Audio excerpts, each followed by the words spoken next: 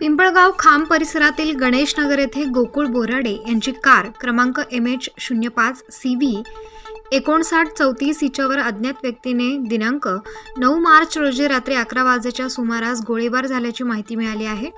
गोकुळ किसन बोराडे यांच्या घराजवळ पार्किंगमध्ये लावलेली कार हिच्यावर अज्ञात व्यक्तीने गोळीबार करून गाडीची काच फोडली।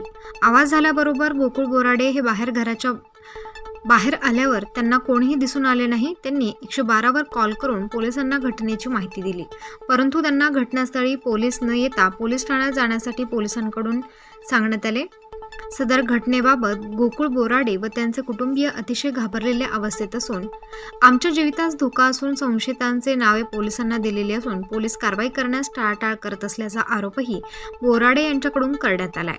घडलेल्या घटनेबाबत उपनगर पोलीस ठाण्यात गुन्हा दाखल करण्यात आला असून या संदर्भात पुढे काय कारवाई होते याकडे नागरिकांचे लक्ष लागले आहे।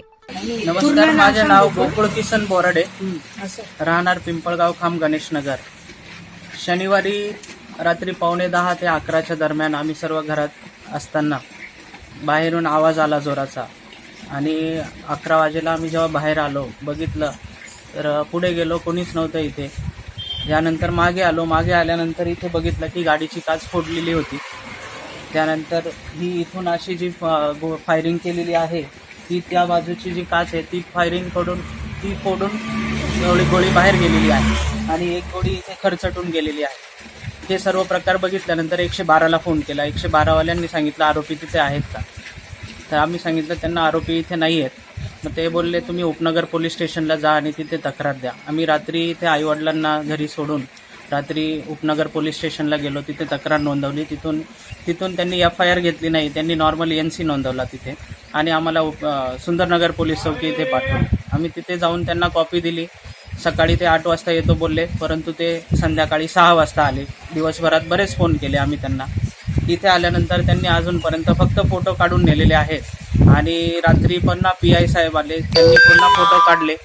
ते फोटो काढून घेऊन गेले आणि उद्या 12 वाजेपर्यंत ACP साहेबांना घेऊन येतो असं सांगून निघून गेलेत। परंतु आज 3:15 वाजत आलेत, अजूनपर्यंत कोणीही आलेलं नाही आमच्यापर्यंत आणि याचे पंचनामा केलेला नाही, आमचं स्टेटमेंट घेतलेलं नाही। आम्ही आमचे जे संशयित आहेत आणि जे काही प्रकार घडलेला आहे ते सर्व त्यांना तोंडी सांगितलेलं आहे। संशयितांचे नावं त्यांना दिलेले आहेत, ही कोण करू शकतं, काय करू शकतं हे सर्व त्यांना प्रॉपर सांगितलेलं आहे पोलिसांना। परंतु अजूनपर्यंत इथं येऊन त्यांनी स्टेटमेंट घेतलेलं नाही आहे आणि पंचनामा केलेला नाही आहे आणि कुठल्याही प्रकारची कारवाई अजूनपर्यंत त्यांनी केलेली नाही। तर त्यांनी लवकरात लवकर इथं यावं, कारण ह्या प्रकाराने आमच्या जीवितास, माझ्या आईवडिलांच्या तसेच माझ्या प्रियजनांच्या जीवितास आणि आमच्या मालमत्तेस धोका निर्माण झालेला आहे।